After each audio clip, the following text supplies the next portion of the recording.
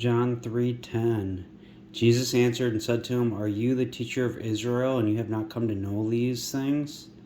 Remember, Jesus read all the Old Testament. He didn't have New Testament stuff to read, so yeah, he was able to study all those scriptures. So listen, truly, truly, I say to you, we speak what we know and we give testimony to what we have seen, but you do not receive our testimony. If I told you earthly things and you do not believe, how would you believe if I told you the most exalted things? And nobody ascended into heaven except the one come down from heaven, the Son of Man, who is in the heavenly one. Remember, if you've watched my playlist, you know about Psalm 18, and it shows the Elyon coming down, and we know how he's the Son of Jesus, so he's in the heavenly one. You know, like the Colossians 1:27, the mystery, Christ in you, the hope of glory. You got to Christ among you, the hope of glory, but it's Christ in you. See, he had it translated as among you because he was thinking, oh, well, there's, he's not living inside you, like that. I say, oh, the Holy Ghost is inside you, living God in Jesus. When obviously, that's not even what this was referencing. This is a mystery that he didn't know. It's Christ in you. Because it was in the loins, just like when it's speaking of the sons of Levi and the tithing in Hebrews 7, and it says they're brothers even though they came out of the loins of Abraham, because they were in Abraham. Get how that mystery, Christ in you.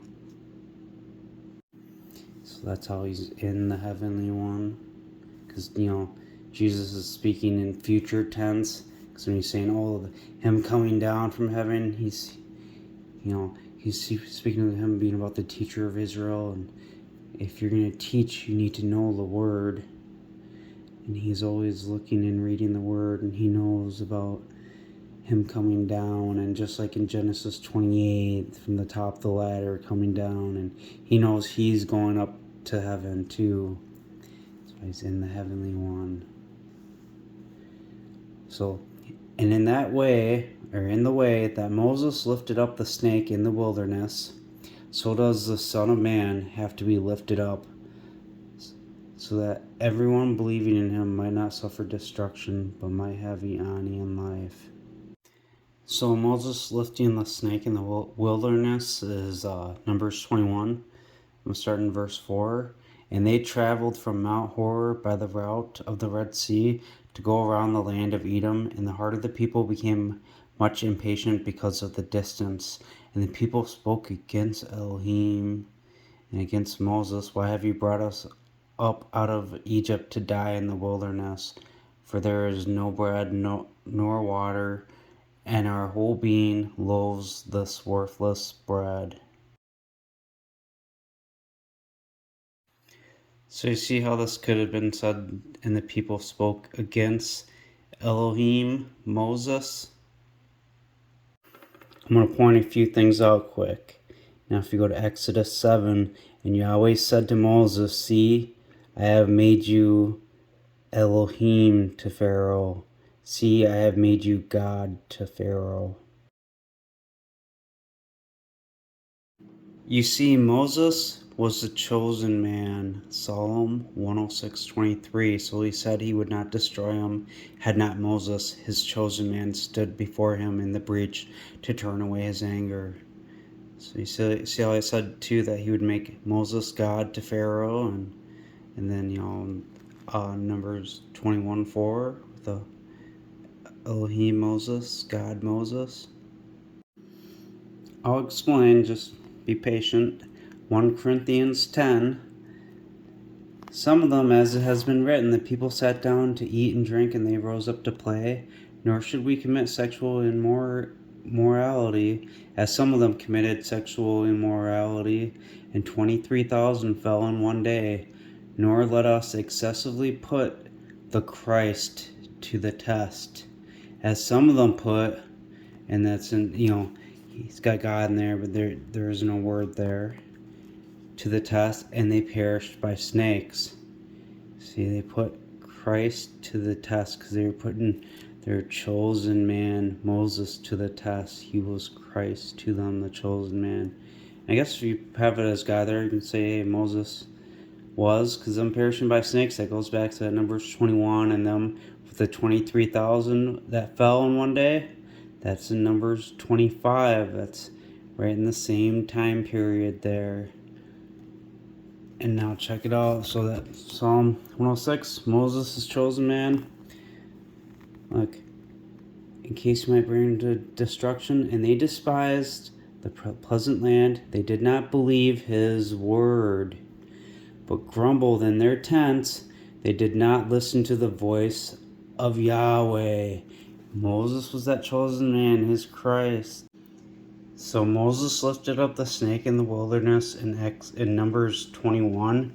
Now in Numbers 25, verse 2, and they called the people to eat sacrifices of their God, and people ate and bowed down to their gods, and so, and then, here's what happens, the verse 9, and those who died of the plague were 24,000, and yeah, it does say 23,000 in 1 Corinthians, but this is speaking of that same place, because this was that sexual immorality.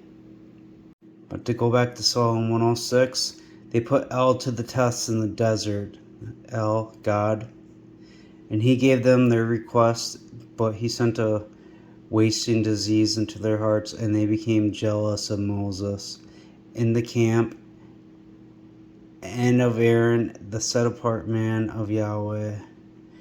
The ground opened and swallowed Dathan, and it overwhelmed the company of Abraham, and a fire burned in their company, and the flames consumed the lawless. They made a calf in Horeb and worshipped the molten image, so they changed their glory into the likeness of an ox that eats grass. They forgot El, their Savior, who performed wonderful things in Egypt. Wonderful works in the land of Ham, wonderful things at the Red Sea, the parting of the Red Sea. Moses put the staff down, I believe, and then it parted. So he said he would destroy them had not Moses, his chosen man, stood before him in the breach to turn away his anger. And that calf they made, Exodus 32, and when the people saw that Moses delayed coming down from the mountain, the people gathered themselves together to Aaron, and they said to him, come, let us make a god, which will go ahead of us. As for this Moses, the man who brought us up out of the land of Egypt, we do not know what has become of him. Like it says, they forgot El, their Savior, he who performed wonderful things in Egypt. They made that molten image, that calf. Because, Moses, he was, they didn't listen to the voice of Yahweh. Moses was that voice of Yahweh. But, they made this calf here, if you read Exodus 32. Now, let me show you another example, too, of Moses, the chosen man. The Christ, made him God to Pharaoh. The voice of Yahweh, as Psalm 106:25 put it. But Exodus 19:23, and Moses said to Yahweh, the people cannot come up to Mount Sinai, for you charged us, saying, set boundaries around the mountain and set it apart. And Yahweh said to him, away, go down, and you shall come back up, you and Aaron with you, but do not let the priest and the people break through to come up to Yahweh in case he breaks out against them. So Moses went down to the people and spoke to them. And Elohim spoke all these words, saying, I am Yahweh, your Elohim. See, this is Moses speaking. Because you see in Exodus 31, so Yahweh spoke to Moses. He's telling him all these instructions here. Verse 12, Yahweh spoke to Moses, saying, speak to the sons of Israel, saying, surely my Sabbaths you shall keep, for it is a sign between me and you throughout your generations, so you might know that I am Yahweh who set you apart, and so, and then you get to chapter 32, and when the people saw Moses delayed coming down from the mountain, that's when they, started making that calf.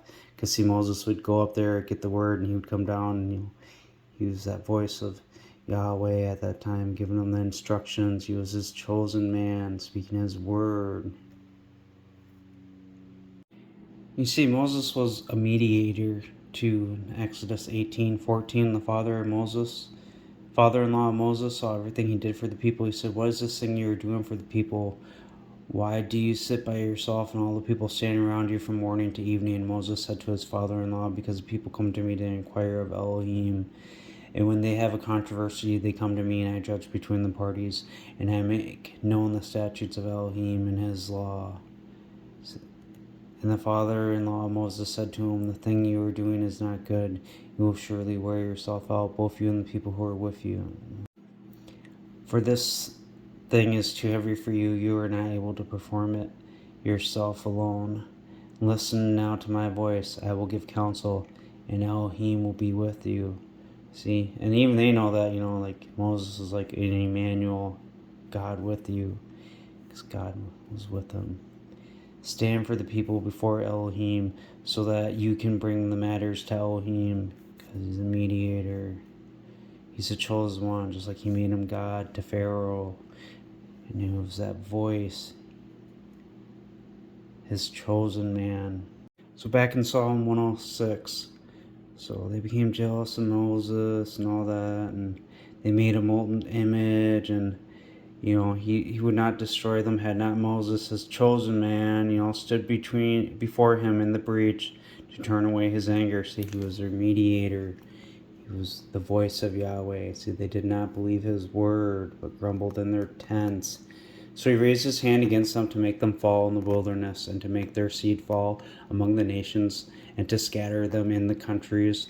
And they joined themselves to Baal Peor, and they ate sacrifices offered to the dead, or ate sacrifices to die.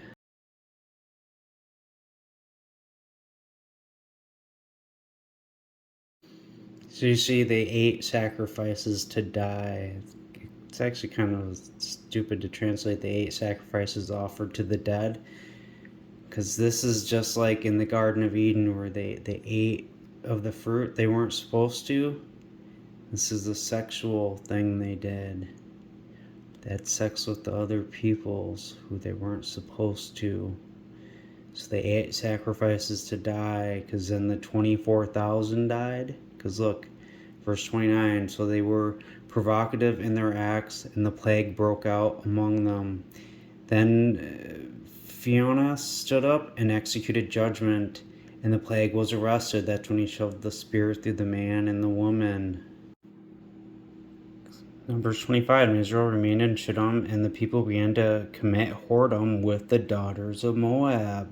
And they called the people to the sacrifices of their God, and the people ate and bowed down to their God. And Israel yoked himself to Baal of Peor, and the anger of Yahweh glowed against Israel. And Yahweh said to Moses, "Take all the people and hang them before Yahweh, exposed to the sun, so that the fierce anger of Yahweh might be turned away from Israel."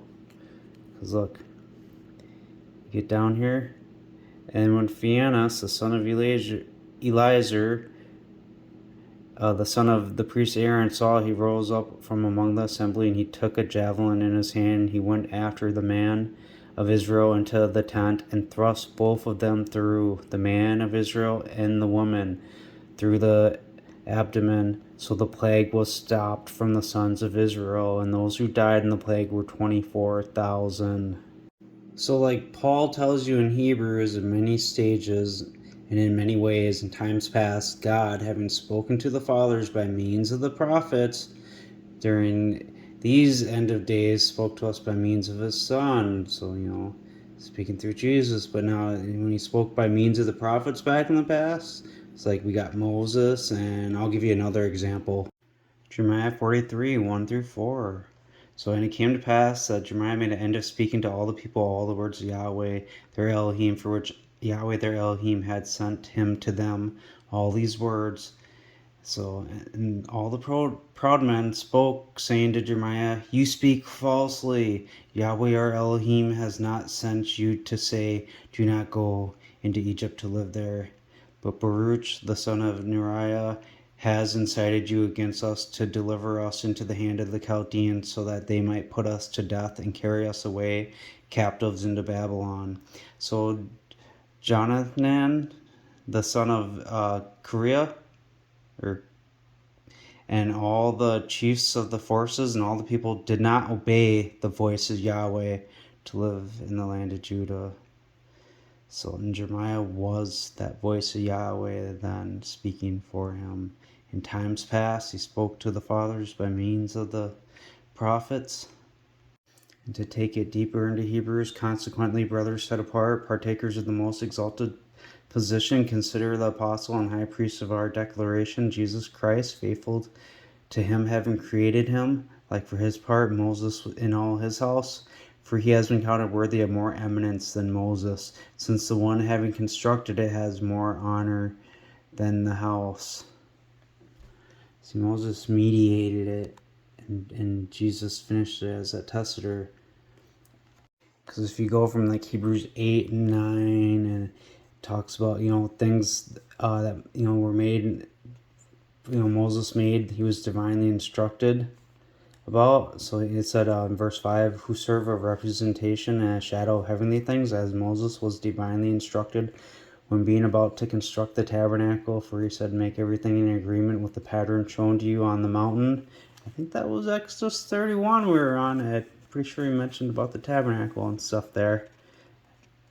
But if you read through here, it talks about, the blood of bolts and of goats and calves, but Jesus did it by his own blood, so how much more by the blood of the Christ, who by the uniting Spirit offered himself without spot to God. Purge your conscience from dead works into serving the living God. And on account of this, he is a mediator of a new covenant. Think that first covenant, see, the one who built it is more eminent than the house, how it's worded here. For he is counted worthy of more eminence than Moses, since the one having constructed it has more honor than the house. So Moses constructed it, being the mediator, he started it, but Jesus constructed it by putting his blood down, because look, he is a mediator of a new covenant, so that in a death taking place as a redemption price for transgressions under the first covenant, those having been called might receive the promise of age-enduring inheritance. For where there is a testament, think that first covenant, it has to be announced at the death of the testator. For a testament is confirmed on the basis of the deceased, since it is of no force while the testator is alive, on which grounds not even the first was inaugurated without blood. Remember, Moses mediated that first one, and Jesus came and inaugurated it with his blood. For on every commandment according to the law spoken by Moses to all people, he took the blood of calves and goats with water, scarlet wool, hyssop, and he sprinkled both the scroll itself and all the people, saying, this is the blood of the covenant that God commanded you. So we see Moses as that mediator of the first covenant, and we see types of Jesus in there, and with Moses being a mediator, a chosen man, he made him as God to Pharaoh. He was the voice of Yahweh. And check it out, Numbers 12:11. And Aaron said to Moses, alas, my Lord. Makes you think, Jesus, why do you call me Lord, Lord, and you don't do what I say? But anyways, so Moses is called Lord. I implore you, do not lay on us the sin by which we have acted foolishly and by which we have sinned. Let her not be like one stillborn whose flesh is half consumed when it comes out of its mother's womb. And Moses called to Yahweh, saying, heal her now, El, I implore you. See, Moses is like God. He's that mediator to El, to God, and he made him as God. He's his voice for him. And Yahweh said to Moses, if her father had surely spat in her face, should she not be ashamed for 7 days? Let her be shut out for 7 days outside the camp, and after that, receive her back. So, yeah.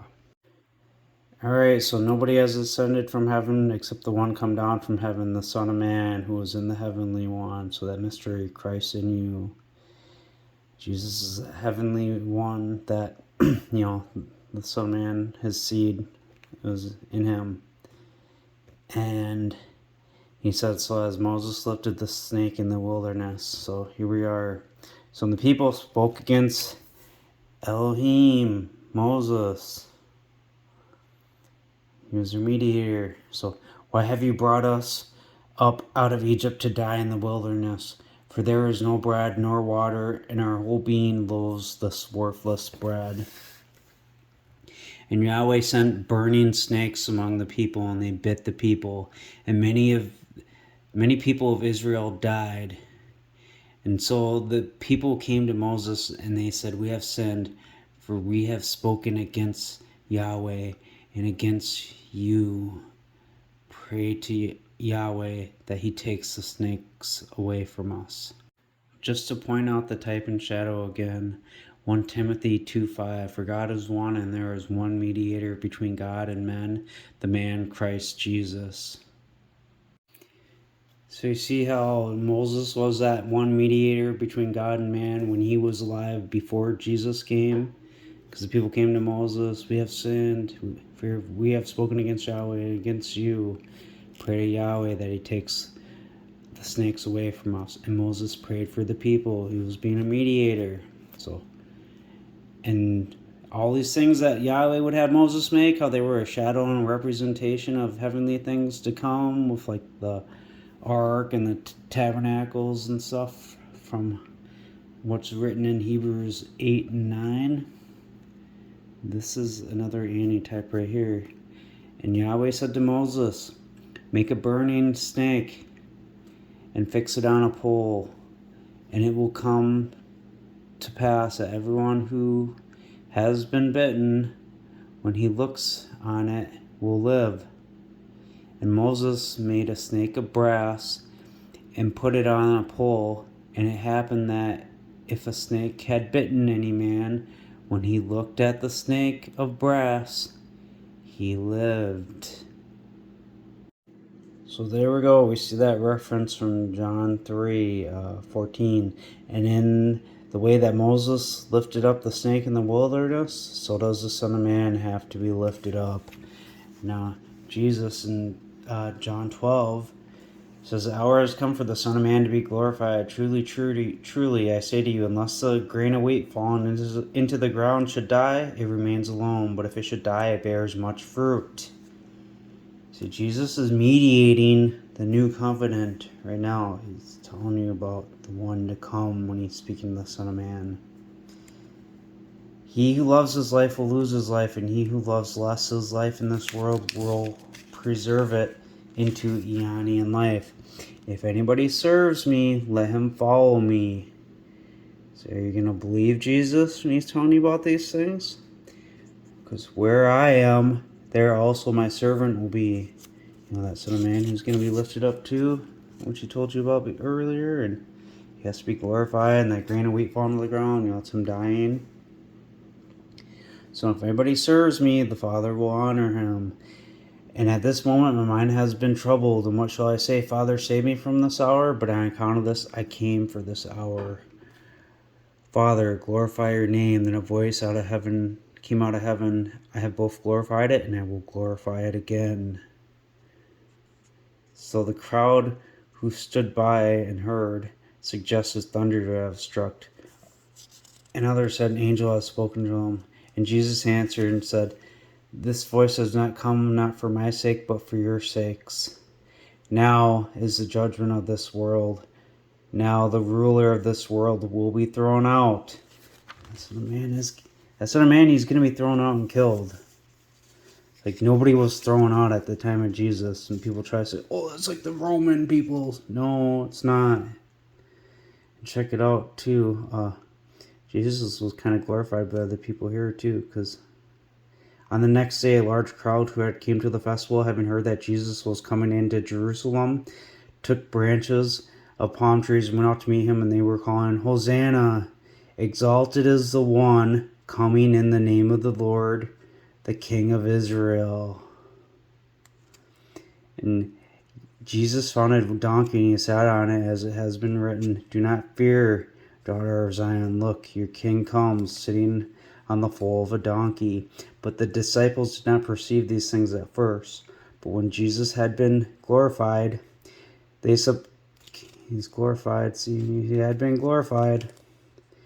They subsequently remembered that these things had been written about him, and that they had done these things for him. Coming in the name of the Lord. He's telling me about the Son of Man coming too. So, and so they some thought heard and suggested thunder to have struck. Others said an angel has spoken to him. And remember, when Jesus spoke these things, it fulfilled, like, "Lord, who has believed our report? To whom has the arm of the Lord been revealed?" And additionally, he has blinded their eyes and hardened their hearts, so that they do not see with their eyes or understand with their heart and become converted, and I would heal them. Isaiah said these things when he saw his glory and spoke about him. So these people, they were blinded and hardened in their heart, so they couldn't see with their eyes or understand with their heart. Jesus said, "This voice has come not for my sake, but for your sakes." So now the judgment of this world, now the ruler of this world will be thrown out. He's speaking in future prophecy about that one to come, his servant, and as for me, now he's going to himself. "When I am lifted up from the earth, I will draw all people to myself." And if you were listening to his teachings, he talked about the Son of Man having to be lifted up like the serpent. And when you see that story in Numbers, you see that type of Jesus in there too. And now Jesus is telling you the same thing's going to happen to him. When I am lifted up, he's going to be, like on a pole, like the serpent in the wilderness. "I will draw all people to myself." However, he said this signifying by what kind of death he was about to die. They wouldn't have to write this little note that he said this signifying by what kind of death he was about to die, when he just said, "And as for me, when I am lifted up," because he was speaking about the other one before when he said, "The hour has come for the Son of Man to be glorified, and that grain fall into the ground, and it dying and bearing much fruit." That's that other one. "So if anybody serves me, let him follow me. Where I am, there my servant will be." That Son of Man is going to be his servant. He's going to be coming in the name of the Lord also. Like Jesus mentioned in Matthew 23, you won't see him again until you say, "Exalted is the one coming in the name of the Lord." So, just like, when Jesus was glorified by these people, and they were saying, "Oh, Hosanna, exalted is the one coming in the name of the Lord, the King of Israel." So, Jesus is that first one of the promise to come. And then so when he signified by how he was about to die, then the crowd answered, said, "We have heard how the law of the Christ remains throughout the eon. So how can you say the Son of Man must be lifted up? Who is the Son of Man?" Because he was talking about the Son of Man before. But then he said, "As for me, when I am lifted up," and they're confused because he has blinded their eyes and hardened their heart, so that they do not see with their eyes or understand with their heart.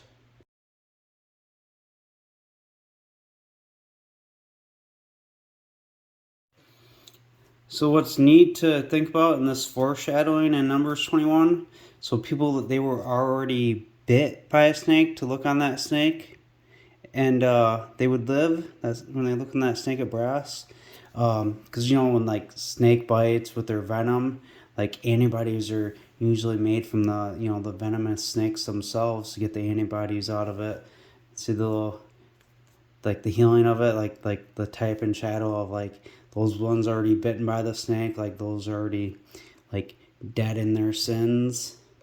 But when they look on this sign they're gonna see, that one on the pole, the one that's gonna be lifted up and killed, if they believe, because the righteous man will live by faith, they will live, and that's what's mediated in the new covenant, to believe on the Son of Man, and you will have eternal life. You will be in the Eonian kingdom. Now this is where it helps too if you already seen like my previous few videos in my playlist, because then you'll understand these things as I'm gonna explain them. But like the mercy seat, the Ark of the Covenant, and like my Elijah videos and stuff I've talked about on here. But see that word, that seraphim, that's that same one as that fiery serpent. If you notice, I had that circled in the screenshots there. So that's that same word from that serpent, that fiery serpent on the pole, that seraphim. In the year of the death of the king Uzziah, I saw clearly Adonai sitting on a throne, high and lifted up, and his train filled the temple. Above it stood the seraphim. Each one had 6 wings.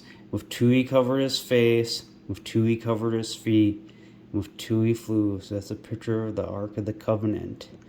Because like how he's told in Hebrews 8:9, how like the things Moses made was a representation and shadow of heavenly things to come, and it mentions behind the veil being the Ark of the Covenant and all that. And we should read Exodus 25. Talks about the cherubim on each side facing each other, with the mercy seat facing their faces, so he couldn't be right in the middle of them. He has to be back a little bit. So you got wings covering the face, wings covering the feet from this one and this one, on each side. And then 2 he flew. He's gonna fly away. Jesus lifted up, killed. So, and one called to the other, and he said, Holy, holy, holy is Yahweh Sabaoth. The whole earth is filled with his magnificent splendor. And the posts of the door moved at the voice of him who called, and the house was filled with smoke. Then I said, Woe is me, for I am cut off, for I am a man of unclean lips, and I live in the midst of a people of unclean lips, for my eyes have seen the King, Yahweh Sabaoth. Then one of the seraphim flew to me with a live coal in his hand, snatched with tongs from the altars, and he touched it on my mouth, and he said, that's that fiery serpent again, that seraphim. But see now, this has touched your lips, and your iniquity is taken away, your sin is atoned for. That's kind of too type and shadow what happens like with Elijah, who was under that tree, and the messenger of the Lord appeared, gave him the cakes and the drink. So, and I heard the voice of Adonai saying, Whom can I send? And who will go for us? Then I said, Here I am, send me. That's types and shadows here too. This is like showing of Jesus being like, Here I am, send me. And he said, Go tell this people, in hearing you hear, but you do not understand, and in seeing you see, but you do not perceive. Declare the hearts of this people fat, and make their ears heavy, and shut their eyes, in case they see with their eyes, and hear with their ears, and understand with their heart, and turn and are healed. Here I am, send me. So that John 12 we were reading, so Jesus said to him, the Son of Man, the hour has come for the Son of Man to be glorified. So talking about that grain of wheat falling, and he says, anyone serves me, there where I am, my servant will be. And so he mentions how, and as for me, when I am lifted up from the earth, I will draw all people to my house. But however, he said this signifying by what kind of death he was about to die. And obviously they mentioned that because he was previously talking about the Son of Man. And they were all confused. Who is the Son of Man that would be lifted up? But it's mentioned that, they would be blind with their eyes and hardened hearts. So they wouldn't see with their eyes or understand with their heart. Just like we read in Isaiah 6. Because look, so Jesus said to him, the light is with you for just a little while yet. Walk while you have the light, so that the darkness might not overtake you, for he who walks in darkness does not know where he is going. While you have the light, believe in the light, so that you might become sons of the light. Jesus spoke these things, then he departed and was hidden from them. But although he had performed so many signs in their presence, they did not believe him. So that the oracle of the prophet Isaiah might be fulfilled, Lord, who has believed our report, and to whom has the arm of the Lord been revealed? by account of this, the things Jesus spoke and all that, they were unable to believe because, hardened hearts. He said, "Here I am, send me." Like I said, "Here I am, send me." And hear, but you do not understand. So just like we read in the seraphims.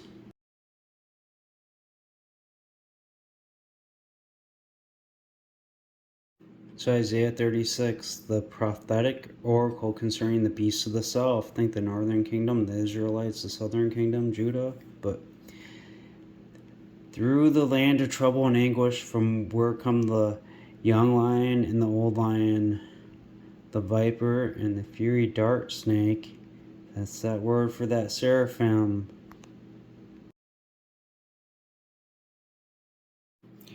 So I think it'd be better saying, from where come the young and old lion, the viper and flying seraphim.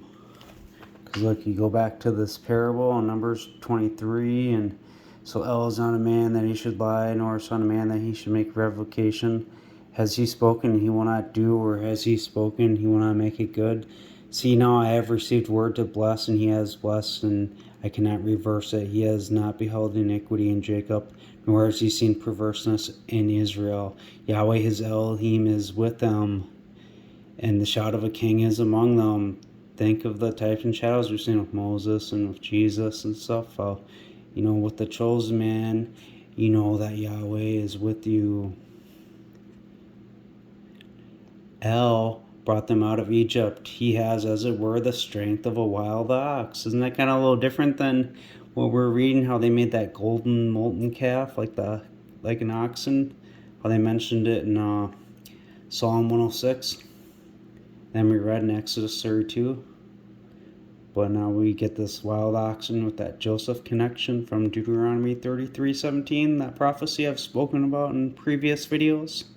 Surely there is no enchantment against Jacob, nor any fortune telling against Israel in keeping with this time. It will be said of Jacob and of Israel, what has El done? See, now this people will rise up like a lioness and rise like a young lion. He will not lie down until he eats the prey and drinks the blood of the slaughtered. He will not lie down, he will not die, and eating the prey and drinking the blood of the slaughtered of Jesus. John 6:53, Jesus said to him, "Truly, truly, I say to you, unless you eat the flesh of the Son of Man and drink his blood, you do not have life in you. He who feeds on my flesh and drinks my blood has Eonian life, and I will raise him up at the last day. For my flesh most truly is food, and my blood most truly is drink. He who feeds on my flesh and drinks my blood remains in me, and I in him.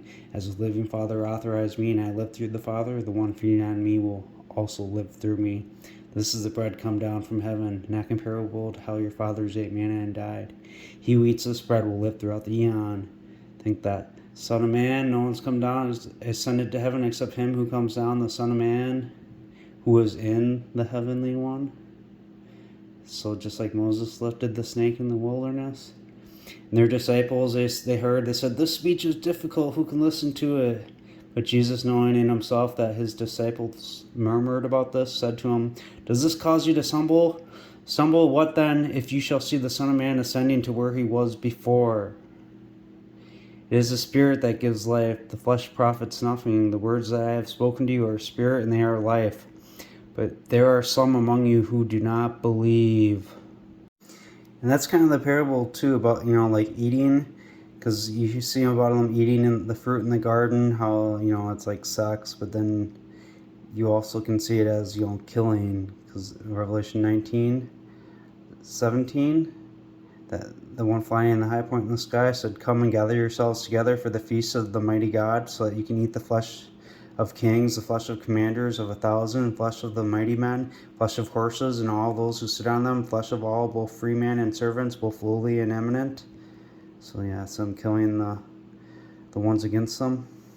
So back in Isaiah 36, from where the young and the old lion, the viper and the flying seraphim, they will carry their riches on the shoulders of young donkeys and their treasures on the humps of camels to people who cannot profit. For the Egyptians will help in vain and to no purpose. So for For this I have named her Rahab Hemshabeth, which is Rahab sits idle. Now go write it in a tablet in front of them. Think the book of Habakkuk. And I will inscribe it in a book so that it might be for the latter day throughout the length and the duration of the eon, that this is a rebellious people, lying sons who will not hear the law of Yahweh. Who says to the seers, do not see, to the prophets, do not prophesy to us right things, speak to us smooth things, prophesy deceits. Get out of the road, turn aside from the path. Cause the HaKodesh of Israel to cease from us. Cause the Holy One of Israel to cease from us. Because they're going to kill that flying seraphim. That's what he's going to turn into. So, therefore, the HaKodesh of Israel says this, because you despise this oracle and trust in oppression and perverseness and depend on it, therefore this iniquity will be on you like breach, ready to fall, swelling in a high wall. Think Joseph, his branches climb over a wall. His army coming in there. Spoke about that in other videos. Whose breaking comes suddenly and in an instant, and he will break it like the breaking of a potter's vessel that is shattered to pieces. He will not spare, so that among its breakage not a fragment will be found to take coals from the hearth, or for scooping waters out of the cistern. They're going to be done for when the military comes to him. Fear him who can kill both the body and soul in the valley of Hinnom. For Adonai, Yahweh, Kodesh of Israel, says this, in returning and rest you will be saved, in quietness and in trust will be your real power. But you would not. See all those, because when he first, in Isaiah 49, talks about, he runs away, and then Jeremiah 49, and then Jeremiah 50, and then says how they run away when he comes back. So, yeah. Those ones that trust in him and know him and look to him and believe, they're not going to flee from him. And you said, no, for we will flee on horses, so you will flee, and we will ride on swift horses. So those who pursue you will be swift. 1,000 fleeing at the rebuke of one. At the threat of 5 you will flee, and to you are left like a pole on the top of a mountain, like a flagstaff on a hill. So being like that pole on the hill is kind of like that snake lifted up on that pole being killed and the staff. So, but Habakkuk 2:2, and Yahweh answered me, and he said, write the vision and make it plain on writing tablets, so that he who is reading can take flight, for the vision is deferred for an appointed time, but at the end it will speak and not lie. Though it delays, wait for it, because it will surely come. It will not delay. Look, his heart is lifted up. It is not upright in him, but the righteous man will live by faith. And I read through here, and you got the false one, and then you got but Yahweh is in his appointed temple. Let all the earth hush before him. Renew your work in the midst of your years. Who has heard your report? There's concealment of his strength. So, and then when we're back here in Isaiah 30, I kind of like that. So those rebellious sons, lion sons, who will not hear the law, Yahweh, and they say, do not see, kind of just takes me back to, Isaiah 6, and then like what Jesus was saying in John 12, and, he said that, and, they didn't see or hear.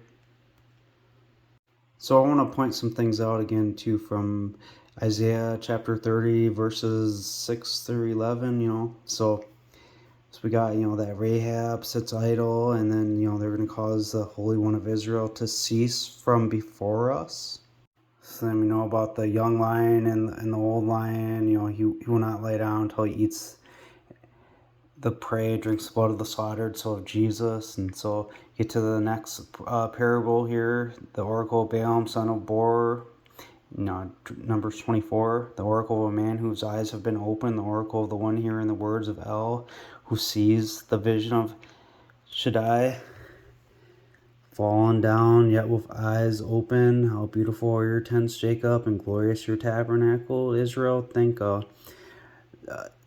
Hebrews 8:1-2 about, Jesus, be the servant of the innermost sanctuary. I paraphrase that, and it doesn't say Jesus in there, but it says how we got the servant at the right hand in the heavens. Obviously, Jesus.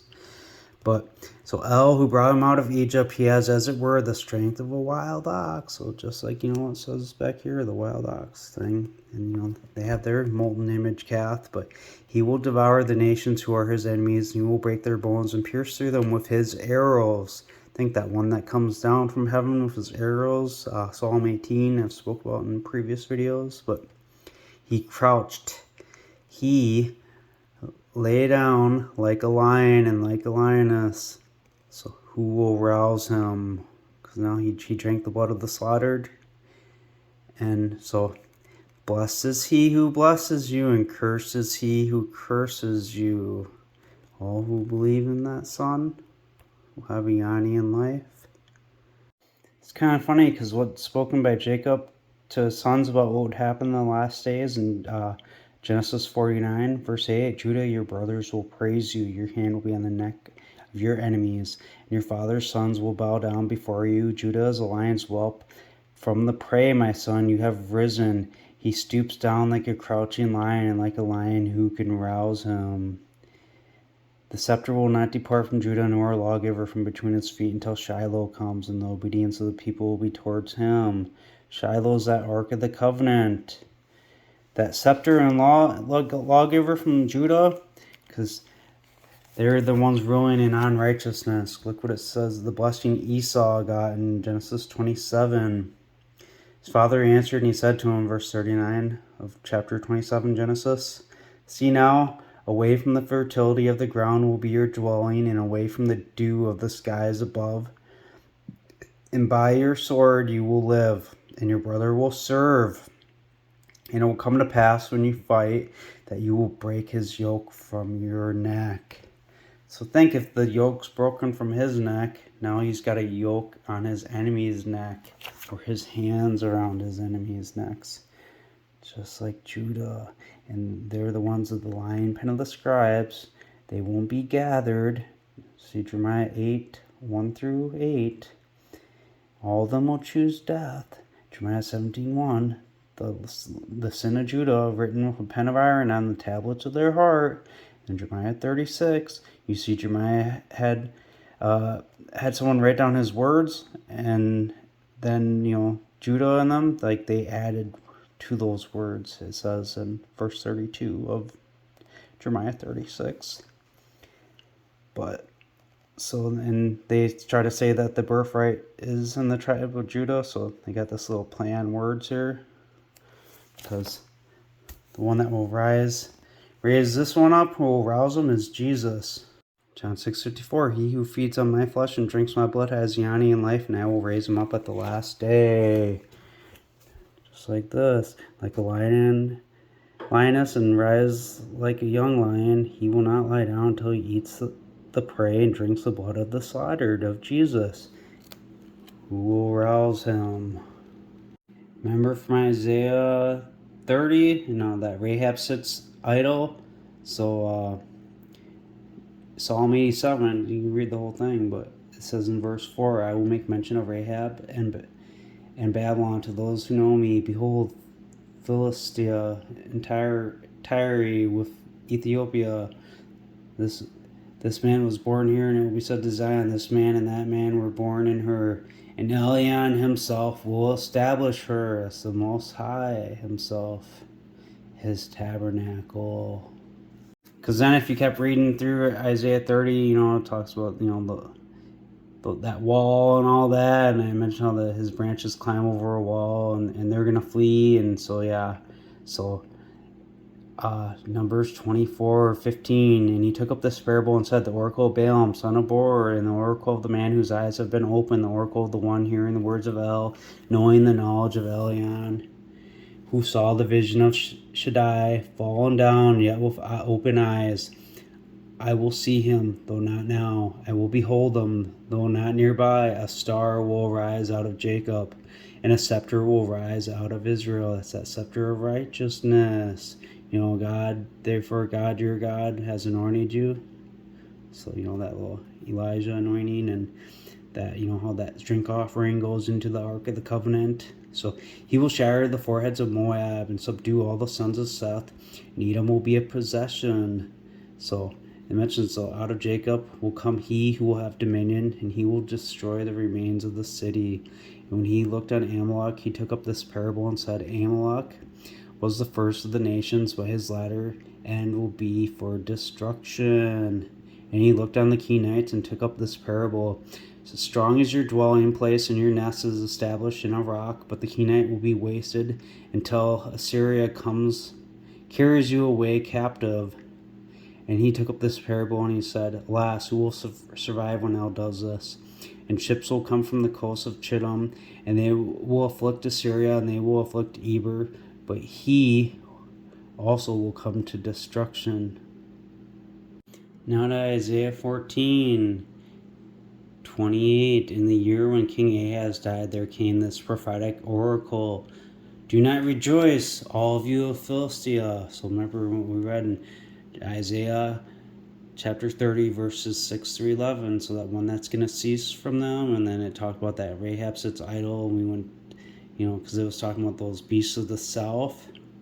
Philistia was in the south, and then that's mentioned in that Psalm 87 with the Rahab, kind of a little connection there. But because the rod of him who struck you is broken, so that think of that staff being broken too, from, you know, Jeremiah 48, the beautiful rod, and then, you know, the eagle wings, he raises up with eagle wings flying over Moab. But so him who struck you is broken, and also with that Isaiah 30, 6 through 11, so that the Holy One of Israel will cease from you. So yeah, for out of the snake's root will come a viper, and its fruit will be a flying seraphim, because it's just like in Isaiah 36, those same words that gets translated seraphim and then flying. So, and he puts this fury darting snake, but the flying seraphim, because it's fruit. Because think, unless you eat and drink the flesh of the Son of Man, so, you know, kill him, in that John 6:53. So, and then we know about the root of Jesse, the branch, which, yeah, I got a video of it on my YouTube channel about that root of Jesse, and, you know, that being the Ephraim. And then, you know, they have their own false one, so that snake's root will come a viper. So yeah, and he's going to be the one that kills him, or at least, you know, calls for the order for it to happen. But and the firstborn of the poor will feed, and the needy will lie down in safety. Because, you know, this kind of, you know, after, like, when the kingdom gets established, because obviously he has to go away for the 1260 days, come back, make a war with that viper. And then, you know, because everyone's going to be gathered, return back to the land. So the meek will inherit the land, you know, and those. And I will kill your roots with a famine, and it will kill your remnant. And think how it mentions too, like at the valley of Hinnom, being killed with like famines, pestilence, and the beasts of the field and stuff. So howl, O gate, cry, O city, all of you of Philistia are dissolved. For smoke comes from the north, and not one is isolated in his ranks. And think, we're speaking about that sacrifice in Basra, and then in the north, that boiling cauldron coming out of the north. It's all doing with that same thing at the return, that smoke coming up, smoke of their torment, you know, when the bowls come down from Isaiah 34, the blood on the mountains and all that, the stars and all that will be covered and be darkened because, you know, that smoke of their torment coming up, you know, them being killed. It's just allegory. Yeah, there's a lot more I can get into on this topic, but I'm gonna have to save that stuff for a second video on this. Like, this is just gonna be the conclusion of the first part of the video. I'm gonna make a second one.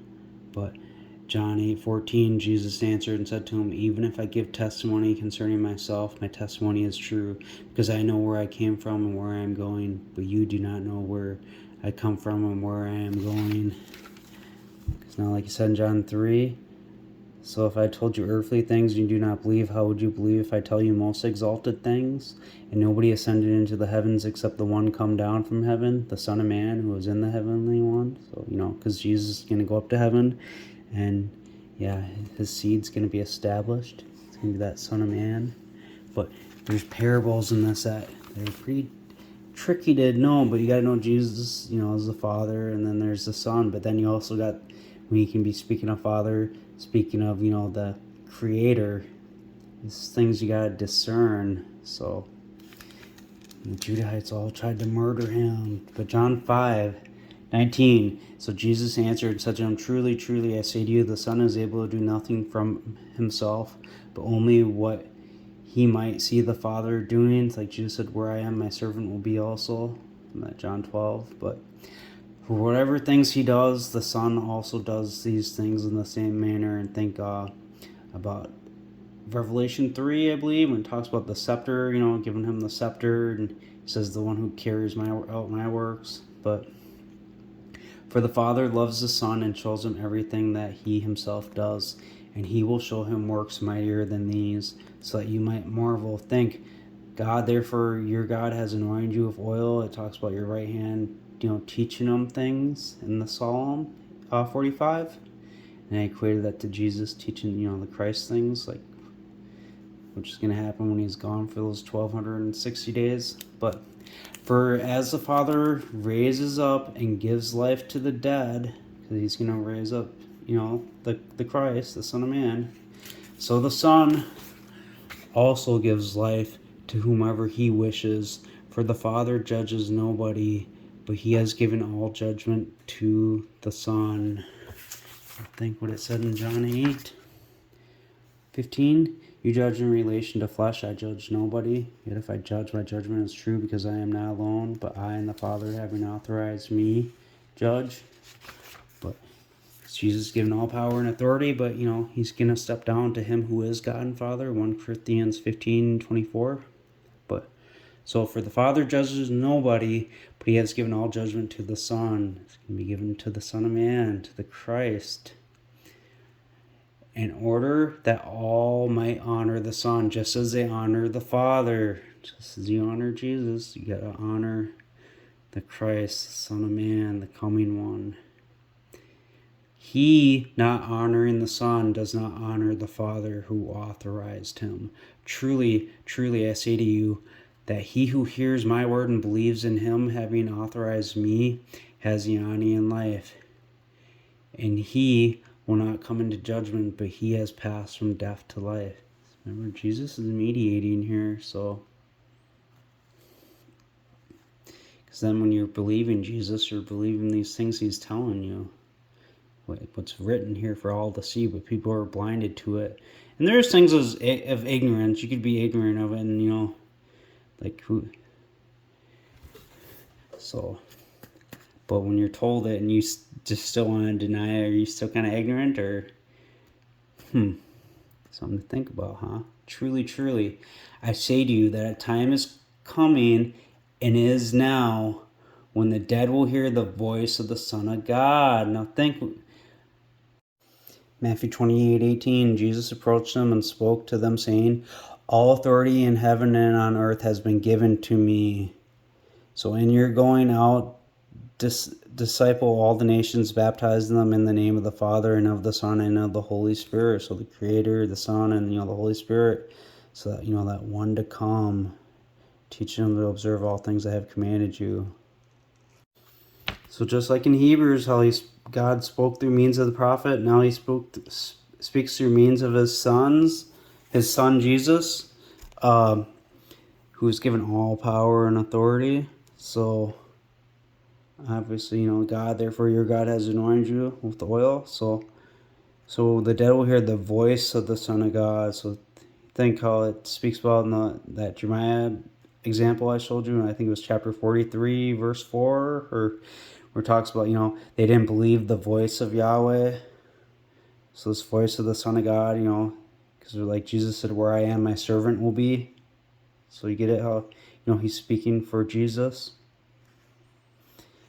And he's, like the voice of Yahweh. So And those having heard will live, for just as the Father has life in himself, so has he given it to the Son to have life in himself, just like John 6:53 through 58.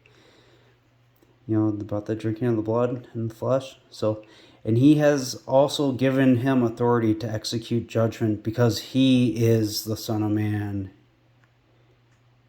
It's not the same as Jesus. He's speaking about the other one.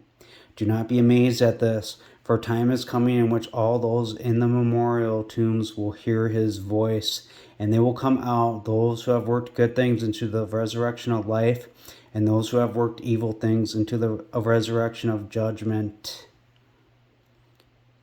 I am able to do nothing on my own. As a hearer I judge, and my judgment is just, because I search not my own will, but the will of the Father having authorized me. And funny too, because after he gets done saying all that about the Son of Man and all that, he says, if I alone give testimony concerning myself, my testimony is not true. There is another who gives testimony concerning me, and I know that the testimony that he testifies concerning me is true. And just remember, John is a type of Elijah, so think that coming Elijah. So the parable of that